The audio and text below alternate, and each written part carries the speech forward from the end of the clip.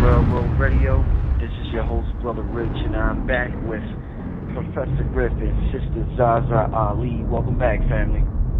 Peace. Peace. Glad to have y'all back here. I was on, we mentioned, last show Griff was talking about some of the major corporations that profited from slavery. He mentioned the website Atlanta Black Star. So, I was on the website, I was like, because they got a lot of good stuff on the site. So Yeah. I was on the site, and I seen this article with Jada Pinkett Smith, Will Smith's wife, and they were she was talking about this whole stripper culture and the Atlanta strip scene, and she was talking about it and comparing and dealing with it as far as sex trafficking and the connection between the two. And the article was saying how she's getting ready to produce a documentary on the whole strip culture and sex trafficking, and it made me think. I said, "Damn, man!" And first thing it made me think of, I thought about, wait a minute, Rich. The number one song in the country, hip hop and R&B song in the country is Usher. I Don't Mind. Where he's like, I don't mind if you dance in the club, it don't make you a hoe. Go on and get that money. And the song is about strippers. And, how, it's all right to strip, I don't mind, you do what you shorty, I don't mind. You do what you got to do, So it made me think about that. It made me think about the way television is and, just everywhere. It just seems to be, this stripper culture just seems to be everywhere right now, way more than what it was 10 years ago.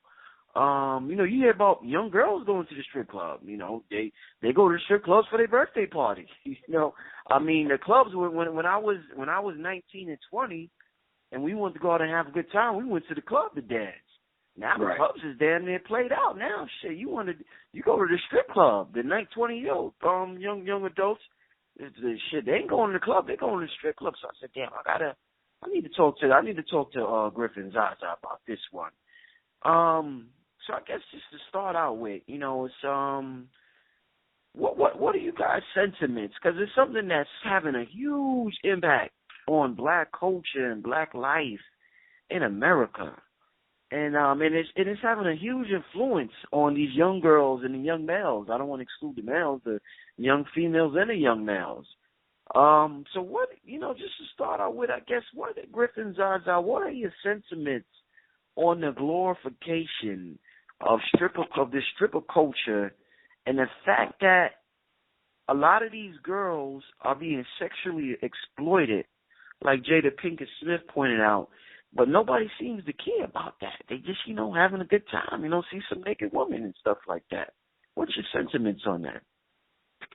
Well, first of all, peace, brother, and thank you for discussing this topic, which I think is extremely important. It is very personal to me, not because it's something that I've experienced, but because I am a black woman and because I see not only the over-sexualization and continuous degradation of our women, but I also see and experience and feel the anti-black woman climate that is permeating not just the masses of our people, but particularly the so-called conscious black community. I read some of the comments that came up on the Marissa Alexander video that we did with you, and it's astonishing to me how many of these brothers who have Afrocentric or,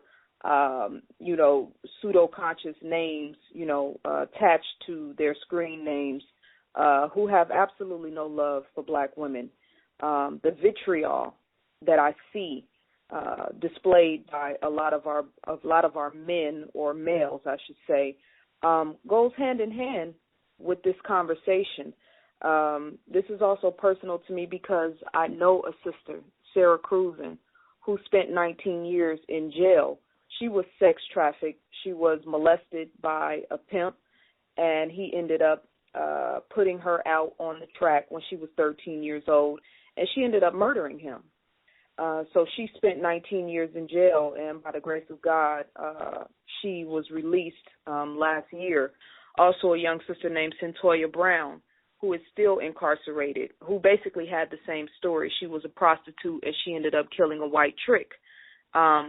Actually, not the same story, a little bit different, but young sister now spending her life in jail because she was put in a situation, nobody looking out for her, nobody taking care of her, everybody watching her being exploited and being used and abused in the streets, and nobody standing up for her. So she took her life into her own hands and ended up killing this trick, and now she's spending her life in jail.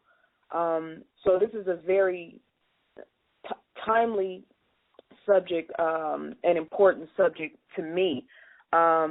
It's funny because I was reading Jada Pinkett's, the article that Atlanta Black Star put up, and I watched her video, and I saw the sincerity in her face and heard it in her voice. And I'm very thankful that she is using her voice and her platform to do this. However, at the same time, if we're being honest, and I'm wondering, let me rephrase this, I'm really hoping that she's going to use her voice and her platform to look at the real, the most important purveyor of over-sexualizing the black women and this whole, affinity for the sex, the strip club atmosphere, and it's Hollywood.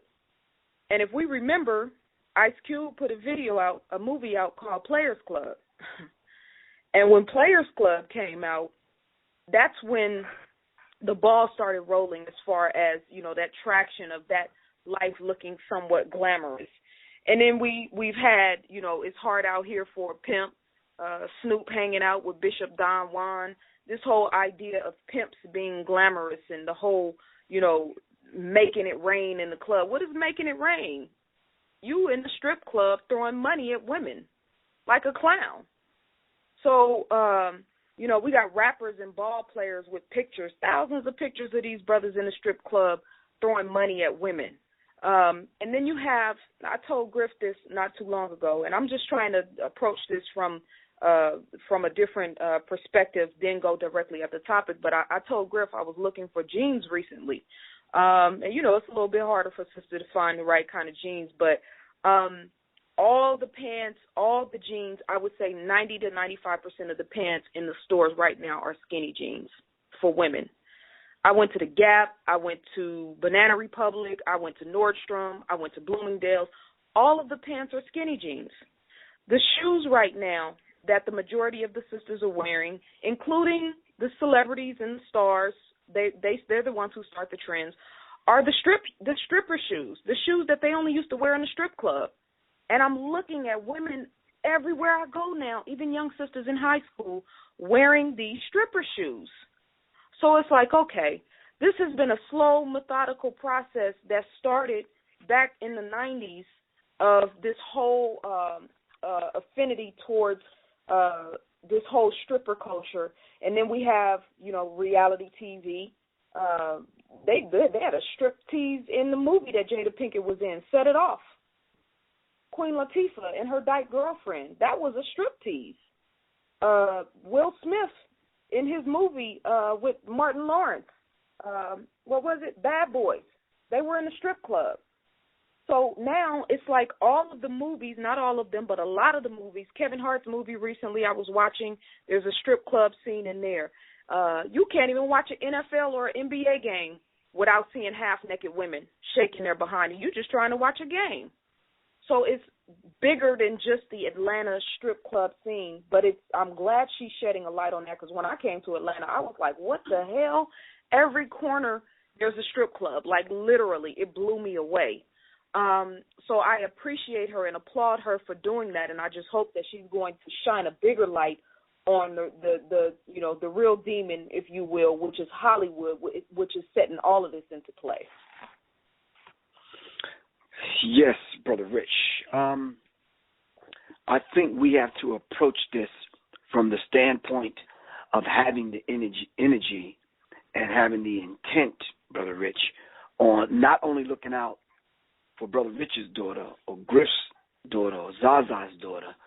We have to approach this from a perspective of what would what would the culture do, Brother Rich, if we're going to survive this and make a decent attempt to go after not only those that have set this particular thing in motion, but those of us, our children, that see that yet again something like this could be a way out of the hood, the way out of poverty, the way out of their present condition.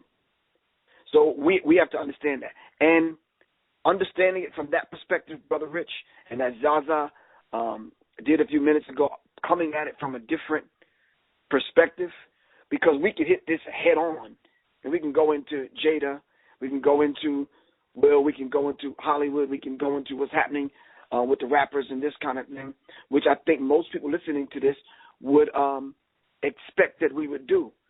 But understanding it from a domestic violence perspective, leaving that, having that young child in that particular environment to the point where she feels the only way out to get her quote-unquote freedom is to use her developing body to make money so she can take that money and be on her own and do something for herself and have a life that she wants to have outside of the control of mom, dad, uncle, auntie, school teacher, pastor, and reverend. So we have to understand this from the perspective of where did this begin and what is the root of it to stamp it out. This is not part of our culture. We don't even have words, Brother Rich, to describe this particular behavior. You in a room full of men paying money for you to disrobe. Now, I know, Brother Rich, you and I could go on YouTube and we can find probably 100 to 200 clips of African women dancing like they should be in a damn strip club. Am I right or wrong? Right. Okay, but still in all, that's remnants and aspects of our culture that these women are trying to keep intact. But the way we're viewing it, it's like she should be in a damn strip club getting paid. The stuff she's doing in a regular club or quote-unquote cultural setting, because sometimes when you watch that stuff, Brother Rich, you'll see ankhs, you'll see Adinkra symbols, you'll see African patterns in the clothes and that kind of thing. You're like, well, wait a minute, where are these women at doing this? I often make a joke when I'm lecturing sometimes about how ridiculous we are in our contradictions.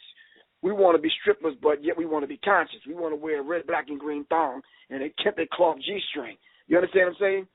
And this has become almost commonplace now because we excuse it away under the guise of self-preservation. And as you and I and Zaza know, that's the first law of nature, is self-preservation. Now, do you think, let me see, how can I say this? All right, now, I've seen a lot of videos online where people are, they're talking about the twerking videos, that this whole quote-unquote, well, that's the term they came up with, that, has been circulating the past year, As far as the woman dancing on camera, people post videos of this, and then they post another video of the woman in Africa doing the same thing, and it kind of looks identical. Right. But the person posting it will say, "Now this is how it's really supposed to be done. This is culture."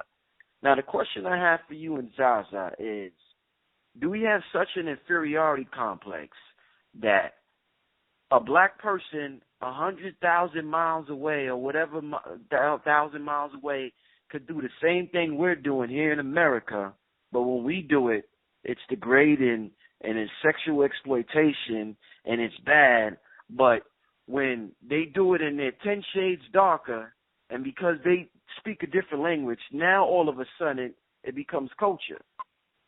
So is there a problem with the way we're thinking and you're looking at it from a perverted American mindset? Because sex is the most natural act in creation. It is what brought Griff here, Zaza here, Brother Rich here, and everybody that's going to be listening to this. So is it this American mindset that's making us look at this? If we was looking at another culture, would we be admiring the way they're able to gyrate their bodies, but we're looking down on what we do? Well, Brother Rich, to not to give any deep soliloquies or any kind of approach that we could take towards trying to get people to understand that particular thing, we have to look at it, step out of it, and look back in it, Brother Rich. Our whole culture has been perverted. Everything, I'm going to say this, and I know the people might leave comments under the clip, which is cool. I'm inviting that.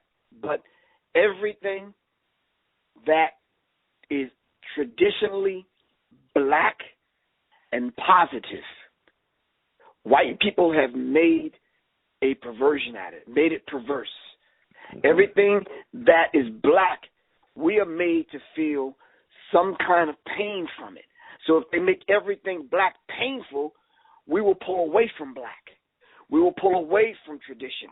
Everything that came across the small and the big screen in reference to Africa, it was made to be ugly. It was made to be negative.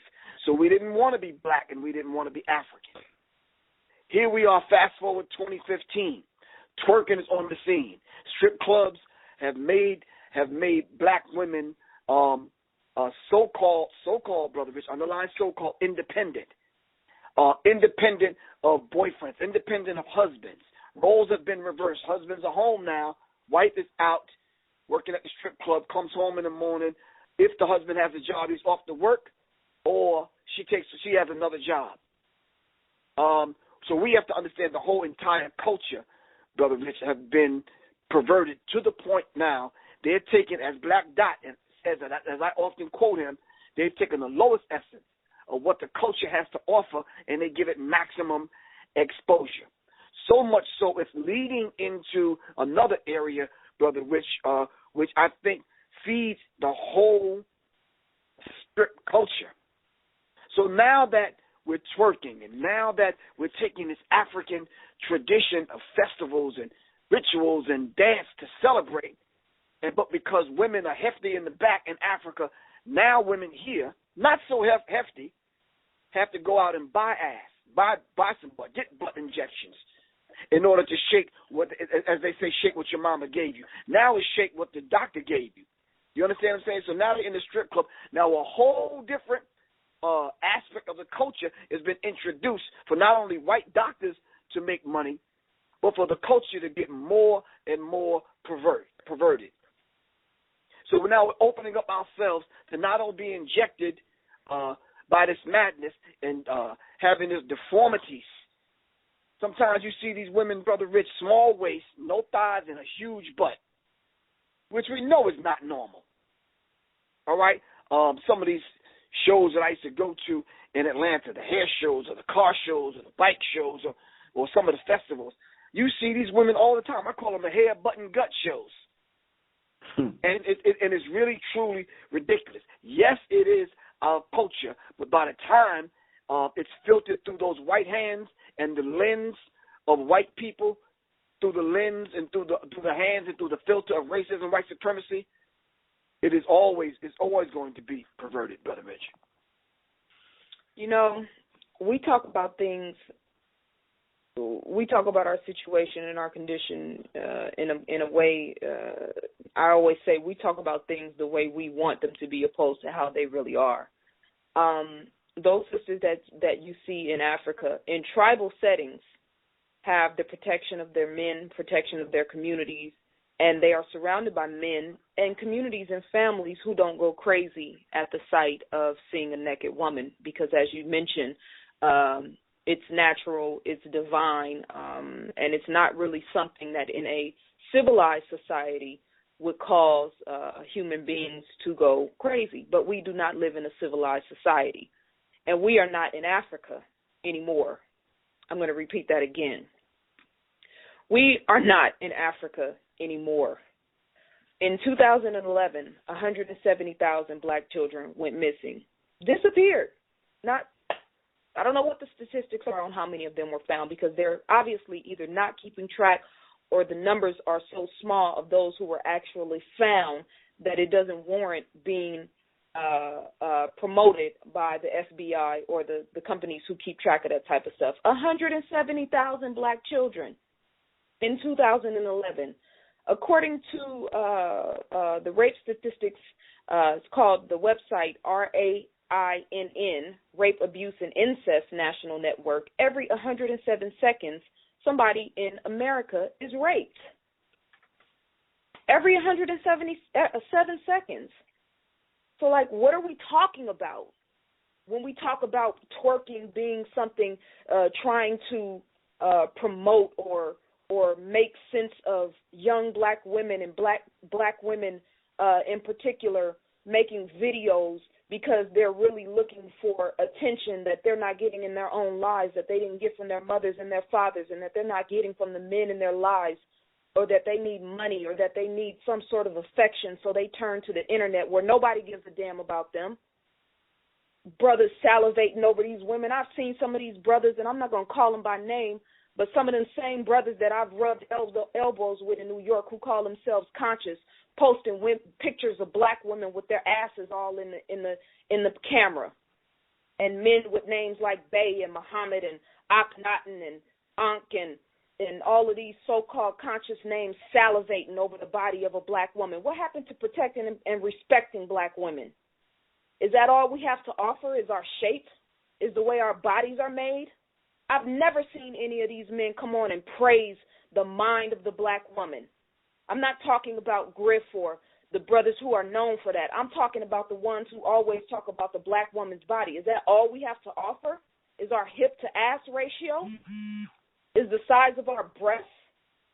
So I think it's demeaning and it's demoralizing to even be having a conversation about trying to justify twerking and the senseless objectification of black women and particularly young black girls in order for us to not check our men and check ourselves and how savage we've become as a people. That's insane.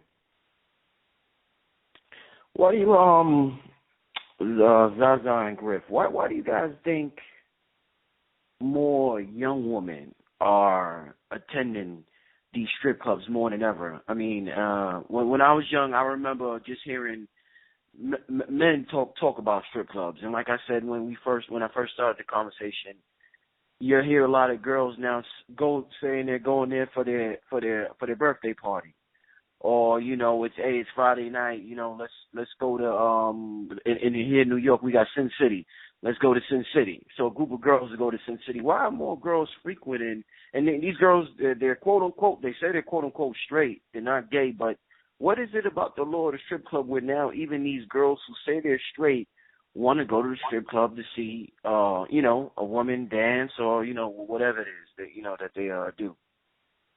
Well, I think, Brother Rich, the whole idea, and I heard this a lot growing up. Matter of fact, when I was well into my 30s, I hear this from women.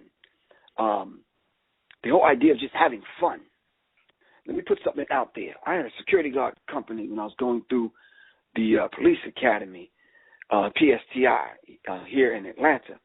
I had a security guard company I put together, and with a couple of brothers that I knew, and a couple of the contracts we had was at strip clubs. And what I was hearing often, not only the girls but women to come just to be in the environment. It's all in the name of having fun. And you said it at the beginning of this particular interview that the average club now is played out.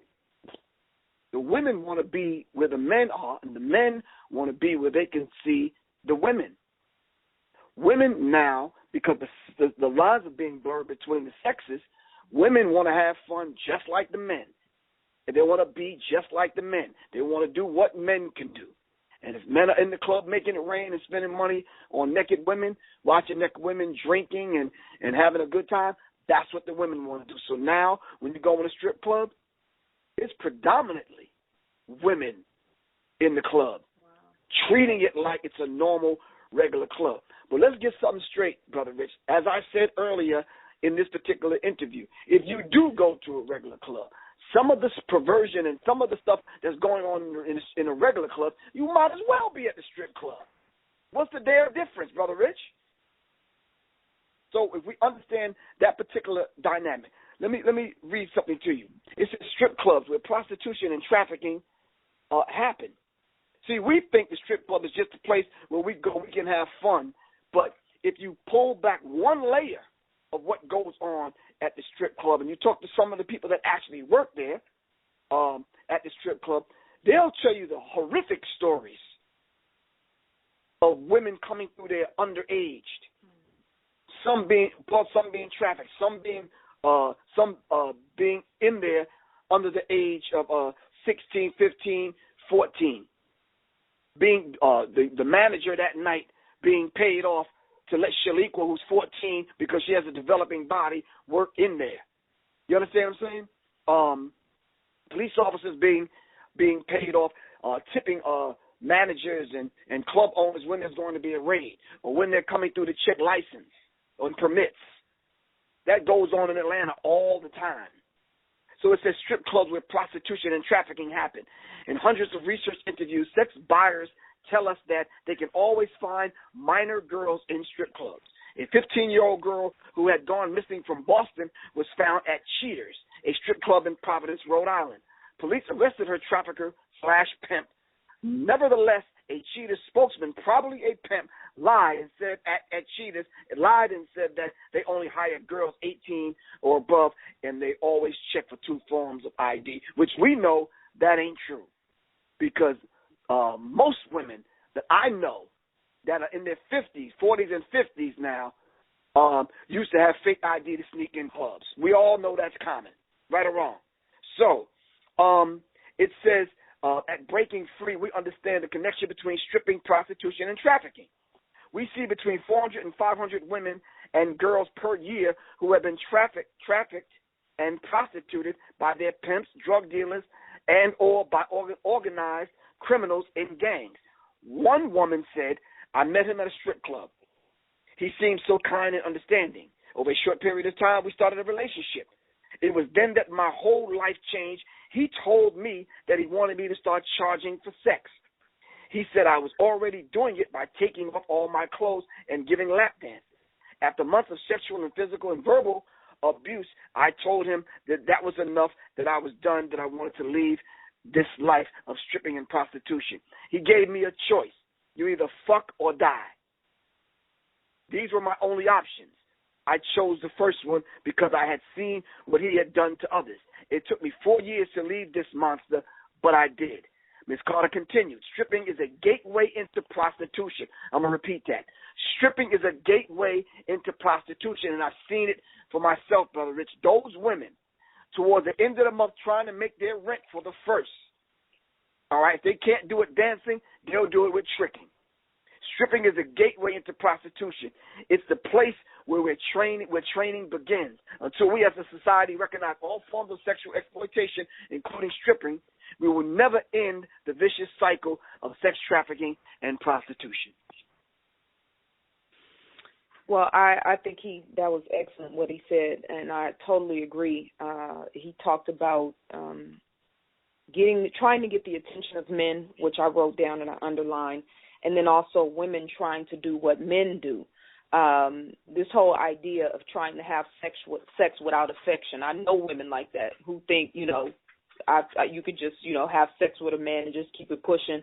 That whole idea of trying to be a player, a female player, and trying to compete with men, trying to outdo, this whole player mentality, which we should be shunning opposed to trying to mirror, but okay.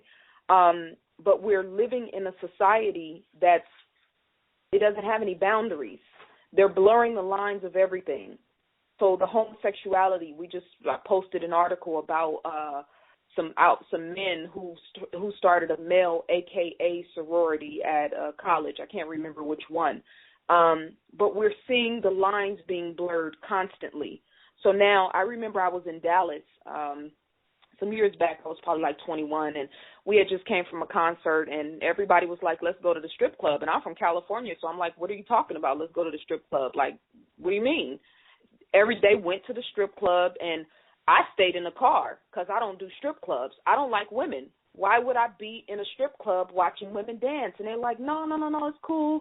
They have a whole section. Everybody goes in and have drinks, It's not even like that. I'm like, no, I'm good. I'm not into women. Why would I be in a strip club? I don't even like male strippers, let alone female strippers. But let's think about this. Right now we have Azalea Banks, who is outwardly saying, I'm a bisexual. I like men and I like women. We have Amber Rose, who started stripping at the age of 15, who's gained all of this notoriety, all of this fame for what? I mean, besides the fact that she has a nice shape and that she was with Kanye West, she's like a celebrity now. Wiz Khalifa, yeah, she married Wiz Khalifa, and exactly. She's like a celebrity now. Nicki Minaj is outwardly bisexual. I do men and women. Rihanna, I do men and women. I like to go both ways. So this whole, and I know we've constantly talked about the impact that celebrities have on black culture, which is the only reason why we even talk about black celebrities, because of the impact that they're having on our culture. We don't realize how much of an impact it's having on these young girls who are growing up looking for some way to model themselves and actually get attention from the men who should be in their household, from the fathers who should be in their household. And I know as a young girl what that feels like, to be starving for your father's attention and to not get it from him, so to look for it in other places. So it's young sisters and women who really never got the proper attention from men. And then, of course, we haven't even talked about the molestation in the black community and how that I was doing an interview with Red Pill, Blue Pill on their show, and the brother asked me about the women who were molested and how they end up going into the stripping and different avenues and whatnot. So there's a lot of layered issues here, but there's a whole generation of insecure, attention-starved, materialistically obsessed young girls who think that having fly shoes and having fly clothes and having a nice shape is all that matters. And having a nice weave and a face full of makeup, who are you underneath all that? I see so many women in Atlanta with a head full of fake hair, face full of makeup. If you got to do all of that to walk out the house every single day, who are you underneath all of that? That mask that you're wearing every day. So there's a whole generation of young women right now, black women, who have no idea who they are. They sitting back watching reality TV. They want to be Evelyn Lozada. They want to be one of the Real Housewives of Atlanta. They want to be anybody but who they are. This is the reality of our young sisters right now, trying to find any way to be anything except who they really are, because they have no clue of who they are. That's absolutely correct, Brother Rich. And Chuck D said the attention is new currency. Yeah. And they're starving for attention, and they really want it from their dads. Yeah. And we have to understand this particular dynamic. Me and Zaza seen the advertisement. Matter of fact, Zaza seen it and saw it and pointed it out to me, the new advertisement for the Hidden Colors 4. Mm-hmm. Maybe Zaza can... Hold on. Why are you going to put that on me? Okay, all right, fine. So Tariq Nasheed put a picture up on his Instagram page. Let me find the exact picture. Because, the brother has done some great work, as far as the Hidden Color series, and I appreciate that. He's brought light to a lot of our people who never would have received it before. But there's a conversation that's not being had. The Mackin lesson aspect. How is it that you get accolades and get praised for doing a good work as far as bringing light to our people, but ain't nobody checking you on that? So he put a picture up on his Instagram page that says, for less than the cost of some swimming trunks and 8 condoms, you can contribute $5 to the Hidden Colors 4 Kickstarter campaign today at www.hiddencolorsfilm.com. Hashtag THOT-Tub, hashtag Hidden Colors, hashtag $5 Fridays. All black women, 1, 2, 3, 4, 5, 6, 7, 8 black women, ass up, half naked in a hot tub. For Hidden Colors. Now, you tell me that don't aid to the stripper culture and the over-sexualization of black women and prostitution of black women. Sisters seeing a black man, handsome, having money, having it going on, got knowledge of self, apparently, supposedly, allegedly, however you want to put that, but a brother who is the affection of the black community right now, who's giving us the knowledge that we're supposed to have, disrespecting and degrading black women right now. Now, why are we not talking about that? And why does he get a pass? You know, recently, Geraldo Rivera made a statement. Alaudo. That's my loss. Alaudo. Alaudo. Alaudo, yeah. So he made a statement saying that hip-hop has done more damage to the black community in the past decade than racism has done. And a lot of people blame, you know, this glorification of the stripper culture and, you know, its ever-growing popularity on hip-hop, saying that hip-hop is the culture that pushes all of these negative things to the youth, whether it's drugs or whether it's, you know, the stripper culture, or whether it's, you know, some people say thug culture, or, you know, whatever you people want to call it. But do you think hip-hop, goddamn, people blame hip-hop for a lot of things, man. Do you think hip-hop is to blame for what we see going on right now with this whole, you know, mainstream stripper culture? Absolutely not. Hip-hop is how old, Brother Rich? I guess about 30. Thank you. Were they stripping before 30 years ago? Were they prostituting before 30 years ago? Come on now, talk to me. Basic, simple 8th grade mathematics. Come on, man. They was doing this long before hip-hop came on the scene. Am I correct? Right. We can even go before the black exploitation movies. Superfly and the rest of these pimps came on the scene. Were they pimping before that, Brother Rich? Yes, they were. So I talked earlier about they perverted the entire culture, Brother Rich. They want to make everything in any avenue that we see to glorify our culture and ourselves. Any way that we can make money, they want to pervert it. And this is the dynamic in what we're dealing with. So no, we cannot and we will not blame hip-hop. We can rest some of that on the shoulders of rap, not hip-hop. And there is a difference, and those that's listening to this will know the difference when they hear this. So we can rest some of that on rap's glorification of and sexploitation of the industry, aspects of the industry, much of which was married on to the industry. You have hip-hop, under the umbrella of hip-hop, you have the 4 elements of hip-hop, the 5th element being knowledge of self. They take one aspect of hip-hop, rap, they marry the pornography on to rap, and then you want to blame the whole umbrella. You want to blame hip-hop for everything. No, we can't do that, Brother Rich. They married pimping onto hip-hop, which is not correct. You can marry that onto rap. They've married all kind of things. The whole jail culture, they married onto rap. In order for you to be a successful rapper and get street cred, you have to have done a bid and bringing bricks in and all this kind of madness. Stop that. That's not our culture. That's a perversion of the culture, Brother Rich. They marry that stuff onto the culture, and then we push it like it's the culture. No, a brother said to me the other day, no, these material things that we acquire are meant to be used and not worshipped. So we have to understand that. But in rap, they practically worship these things.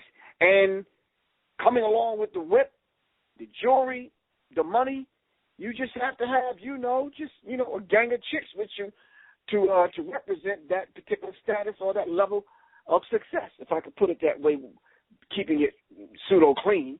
Of course, we could use other terminology, but there's a document in front of me that says not everybody pays as much as rappers from Atlanta pay for sex and levels of prostitution in and outside of rap.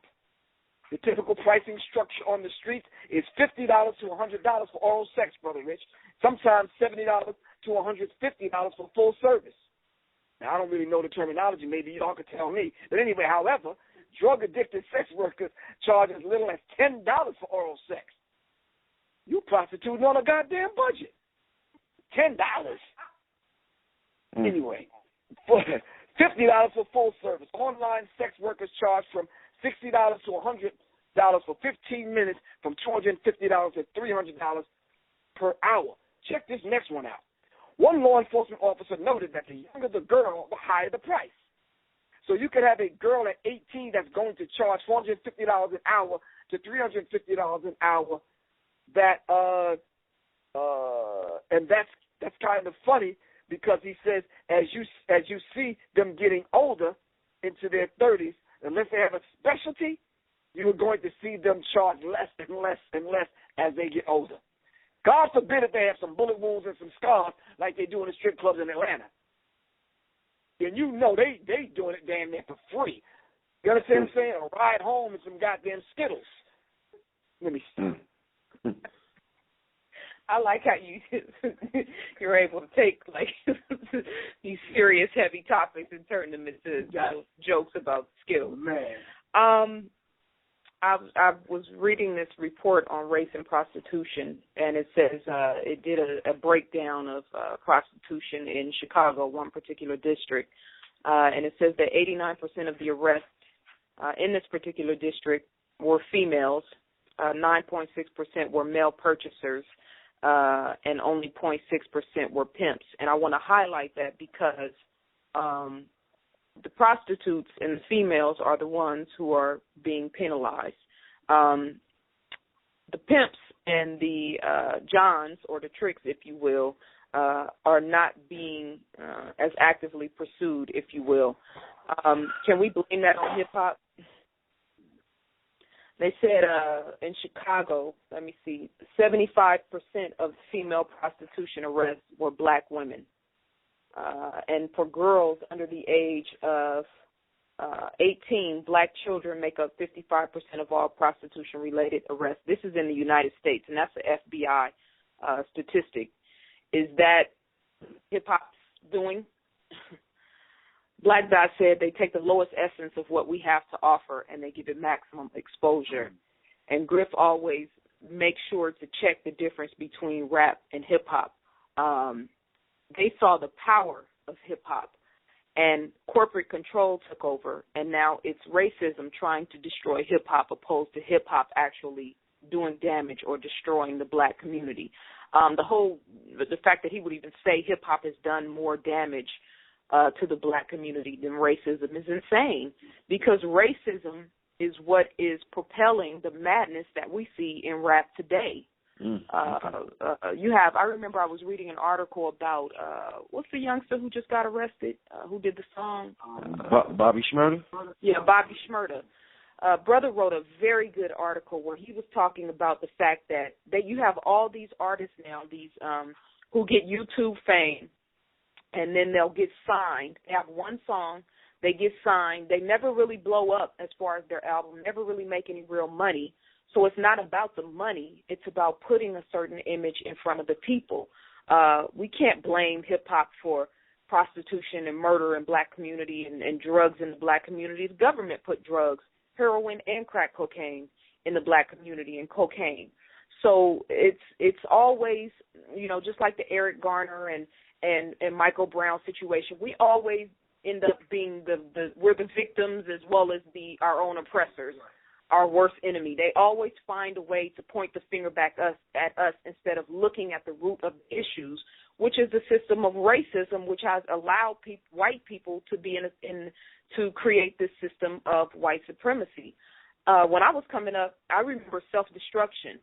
I remember MC Lyte and Queen Latifah. Those were the sisters that I was bobbing my head to and listening to it, that had a powerful message. If it wasn't something, conscious, it was at least, just music that you could vibe to without having to think about having sex and the way you move your body and the shape of your body and what type of blunt you smoking and what type of drink you drink. And now everything you listen to is madness. So, but that's not all that we are as a people. And we know we have rappers now like D1, Kendrick Lamar with the new song Blacker the Berry. Everybody should check that out because he is dropping straight bombs. What's the brother's name? We put his video up. Remember we listened to him? I can't think of his name. Oh, God. The rapper. Remember he was sitting in the car and he was flowing? I can't remember the brother's name, but dropping science, real skillful lyricists who dropping skills and jewels in their lyrics that can't get on, that can't get signed, that can't get a deal, that can't get any type of promotion, and who are trying to use YouTube to get some notoriety or whatever so they can have their craft, give their craft to the world. So it's the corporate control. And it goes right along with the reality TV. It goes right along with the empire and all of this madness and this garbage that they show of our people instead of showing the full spectrum of who we are and the beauty of our culture and the art form of hip-hop versus rap. Brother Rich, Atlanta went from $232 million to $290 million over a 5-year span. As Atlanta grows and becomes this black hub for conventions, the higher the sex traffic, the higher the prostitution, more strippers. People have migrated and moved to Atlanta just to strip, just to dance in the club. I know some females. Yeah. Man, that's a hell of a thing, man. Wow. It says Atlanta's revenue also is far above any other city studied, with Miami coming in second at $200 million. Denver sex trade was worth $40 million. San Diego, $97 million. Dallas, $99 million. This is sad because all of the conventions come here, and you can access Atlanta from Tennessee, North Carolina, certain parts of Florida, Alabama, from all sides. You can get to Atlanta. People come through here. And it's risen from 232 million to 290 million. Yeah, hold on, Brother Rich. I don't want it to seem like we're not holding the rappers who are putting this madness out for accountable. Because we do. Right. If you remember the song "It's Hard Out Here for a Pimp" by 3 6 Mafia, right? That could have just been, some rinky-dink little song, whatever. It was on the movie, which the movie was probably did way more damage than the song. But did that song get a Grammy or an Oscar? Yeah. They gave the song a Grammy. Okay. They gave that song an Oscar. Why? Why would they put Halle Berry on screen in a very sexual that movie Monsters Ball was one of the sickest displays of insanity I've ever seen in my life. So, this is the whole idea of playing checkers versus chess. 3 6 Mafia is playing checkers, clearly, okay? You have Usher with the new song, I Don't Mind. He's playing checkers. You have T-Pain, I'm in Love with a Stripper. He's playing checkers. You have all these ballers in the club throwing money at strippers, making it rain, whatnot. Money ain't a thing. Mm-hmm. Exactly. And where is he now? Jermaine Dupri. Right. Money ain't a thing, really, bruh? Okay. So you have our people playing checkers, and the purveyors of the culture and what the world is seeing of our people. We have to remember this is not just people in America seeing these images. This is the world seeing how black women are treated, how black women treat themselves. So when we go out, we talked about on your show before at Carnival how the white men, the gringos as they call them, were coming and expecting all the black women to be prostitutes. Right. Well, look at what the world sees of us. This is the pervasive image that they're seeing of us around the world. So, no, we're not trying to give them a pass, but we have to remember, Blacktail magazine, you can go in any 7-Eleven right now and see that magazine. The whole porn industry, the porn sites online, there's a whole world right now. White people call prostitution the oldest profession in the world. No, your world. Right, their world, right. It's the oldest profession in your world, not our world. And our people, particularly our women, have bought into that idea. Oh, it's been going on for days. Eventually, forever. Eventually it's going to be legal. It's legal in certain places now, whatever. Technically it's legal right now in the United States. But they slap you on the wrist. try to make it seem like they're trying to make stride as far as containing prostitution, but you don't really see any real any movement in Congress and legislative bills being passed for prostitution, because half the Congress and the White House are tricks, and some of them are pimps. Bill Clinton, you know what I'm saying? I mean, yeah. So we can't just blame that on hip hop and on rap. It's the culture. It's American culture that degrades and disrespects women and leads to this whole idea of prostitution being acceptable. And keep in mind, Brother Rich, the working fundamental definition. It's 9 areas of people activity. Entertainment is just one. So we can't put it on hip-hop. Now, and this is the last question. I was just about up, but some people may say that, Sister Zaza just mentioned, the song from T-Pain, I'm in love with a stripper, or, Usher, I don't mind. Some people may say that this new school mentality is more of a less judgmental one. It's more of you even have like the rapper Tiger. He married one of the most famous strippers in Atlanta, a female that goes by the name of Black China. And like you mentioned earlier, Amber Rose, was married to Wiz Khalifa, was with Kanye. Some people may say that this new mentality is one where, they don't judge. I mean, hey, like I just said, I don't mind. I mean, everybody makes their mistakes. Everybody does what they do. I'm not going to judge you. I'm going to love you for who you are. There used to be a saying, no disrespect to women, but there used to be a saying, you can't turn a hoe into a housewife. I've noticed a lot of men say now that's going out the window. And women that brothers normally wouldn't bring home to mom or mommy, now they're bringing them home. They work at the strip club, or they do, they may have a very provocative profession, and they pose half nude for a magazine or something like that. So some people may say, Professor Griff, Sister Zaza Ali, you guys got this old school judgmental personality where you come in at these girls and they try to make a living. Now dudes is marrying strippers. Now basketball players spending $50,000 a night at the strip club. You guys got to, stop being so judgmental and, keep up with the times or whatever. So what would you have to say about this, the difference in this mentality that we're witnessing? I say them bastards need a new watch. I ain't trying to keep up with none of them times. Plain and simple, man. I'm going to stick to my values, interests, and principles. I'm not marrying no hoe. I'm not trying to make no hoe no damn housewife. Ain't no hoe going to be educating and teaching and raising my babies. Plain and simple, bro. That's just my personal perspective. You understand what I'm saying? Back in the day, Rich, and don't tell nobody this, just as men, when we did go to the club like that, you went to the club and you left that at the club. When they go home back in the day, they left that at the club. You understand what I'm saying? Right. Now it seems like it's universally, ghetto university, virtually accepted. Oh, yeah, people wear stripper now, on their forehead and on their T-shirt, like it's fine. And that is not fine. Where's the values? Where's the principles? Where's your morals? So, no, it's not. We're not being judgmental. We're holding on to the principles and the concepts that make us the gods and goddesses who we are, Brother Rich. And we're not going to let our guard down, regardless of what the next generation bring in. We're going to check the perversion. We're going to check these particular things that come up in the culture. The culture should be checking itself. But the people are the watchmen, the gatekeepers have fell asleep.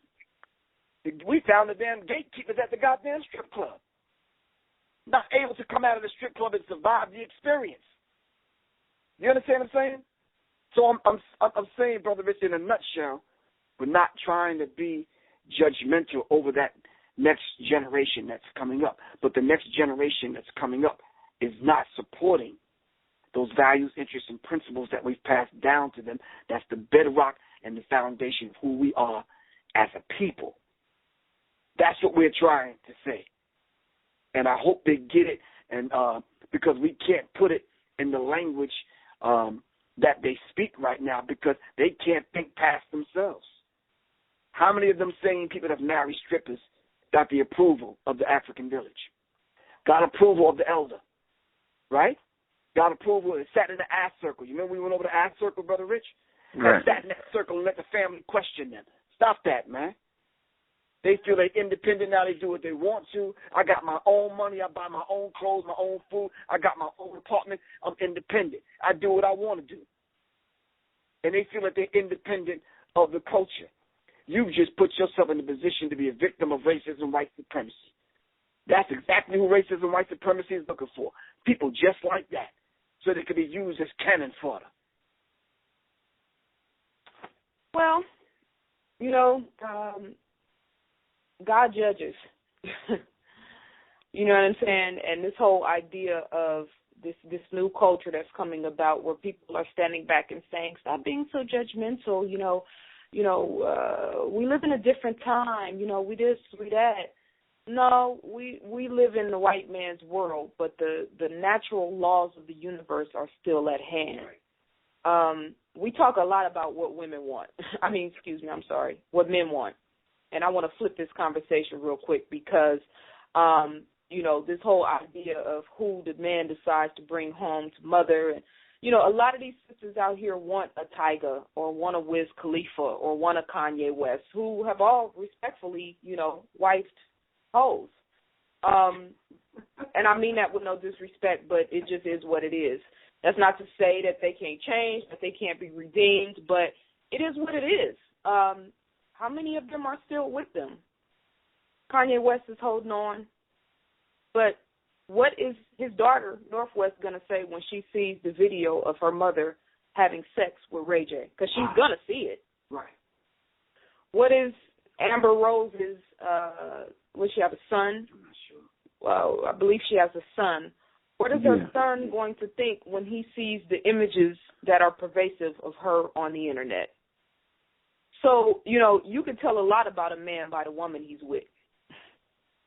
That's the message I want to send out to the young sisters who are listening to this, who want to embody that whole free sexuality, I use my body to get what I want, that whole idea of trying to attract these certain types of men who are in the rap videos and the ballers with the chain and the bling, bling, bling and the money and whatnot.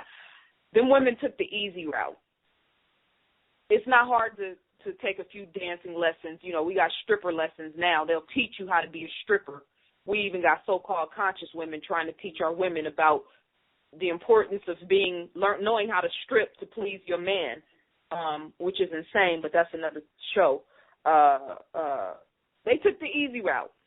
And that's not to say that, they didn't have hardships or whatever, but it's a lot of sisters coming up in the hood in the worst circumstances who didn't take that route, who went to school, who studied, who got good grades, who went to the library, who focused their mind on getting out of their situation, who worked that McDonald's job, who did what they had to do to get out of their situation, who helped their mothers, who helped their families, and made their way out of that situation, went to college, got a cool education, or became self-employed and became self-made, and don't have those skeletons in their closet or have to look in the mirror at night and question themselves.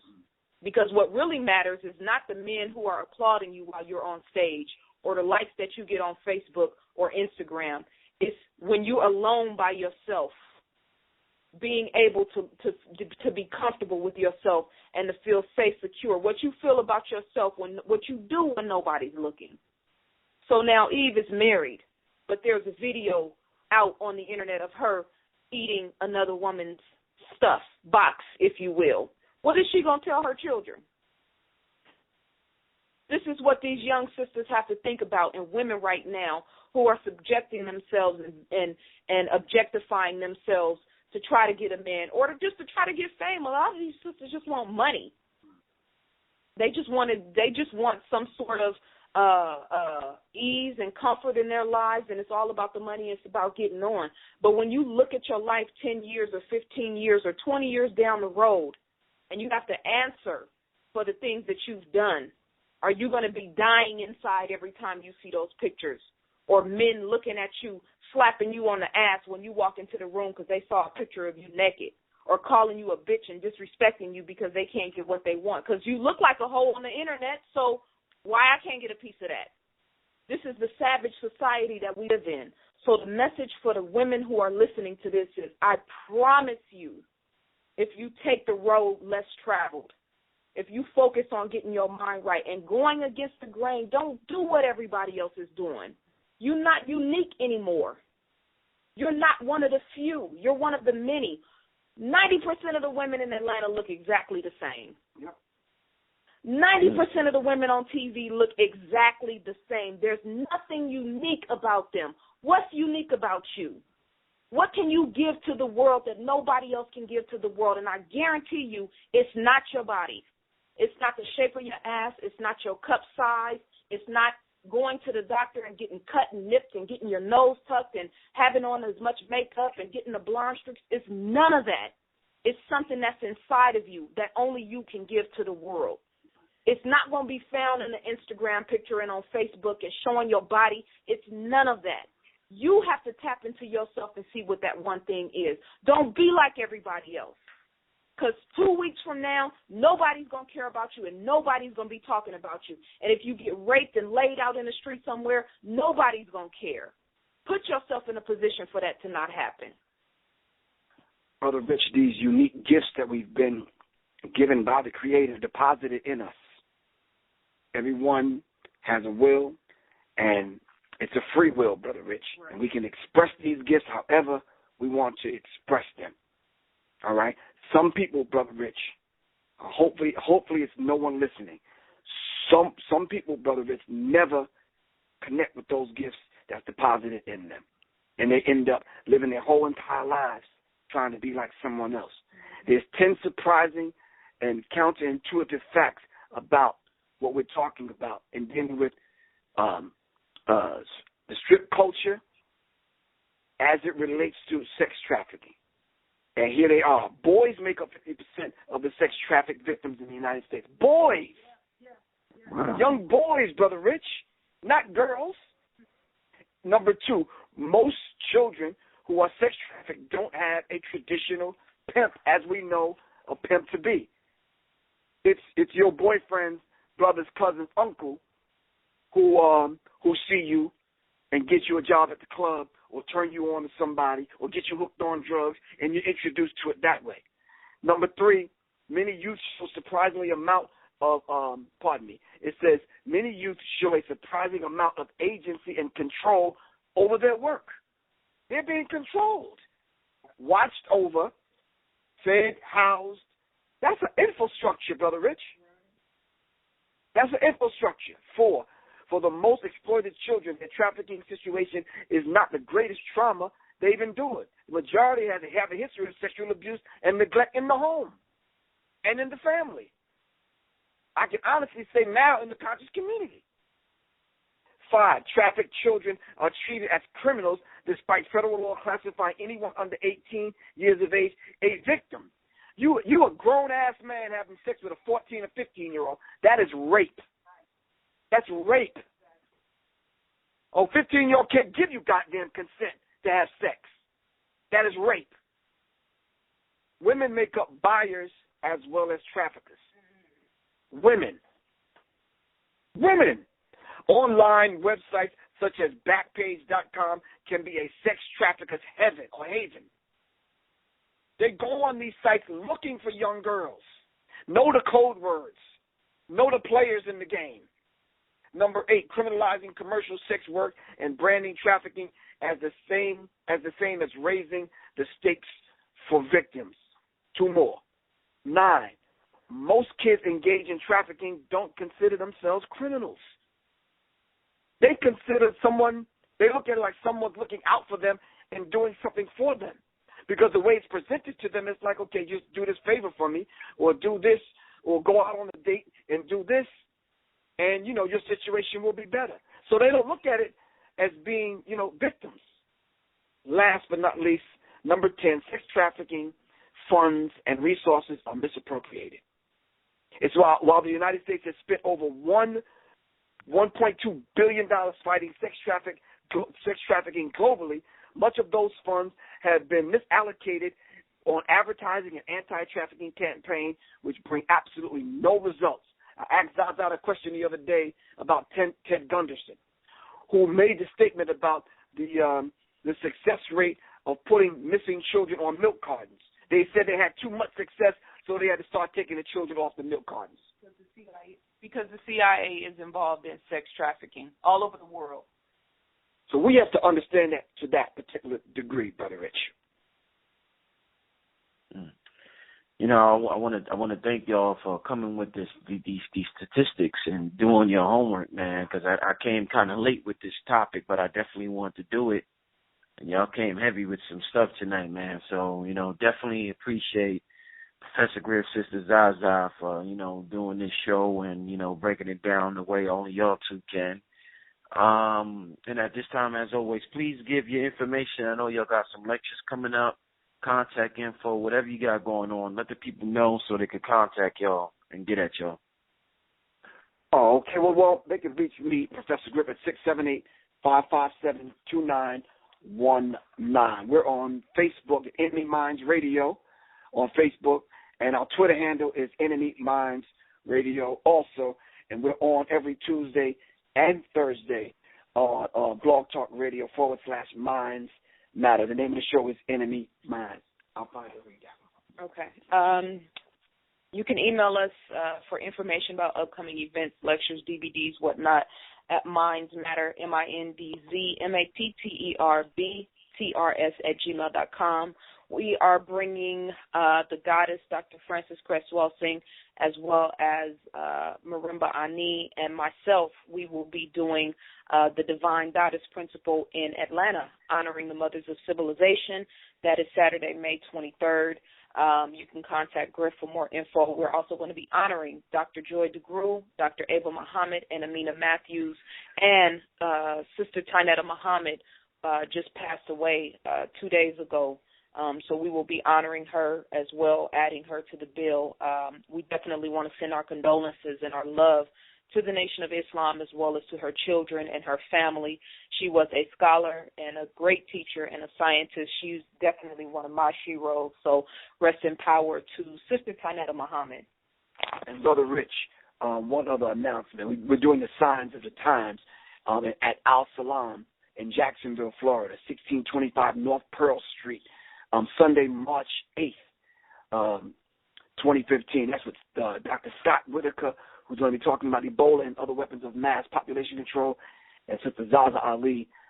She's going to be dealing with Black Matters, coming directly from the pages of her new book called Black Matters. The Signs of the Times in Jacksonville, Florida, Sunday, March 8th at Al Salam, 1625 North Pearl Street.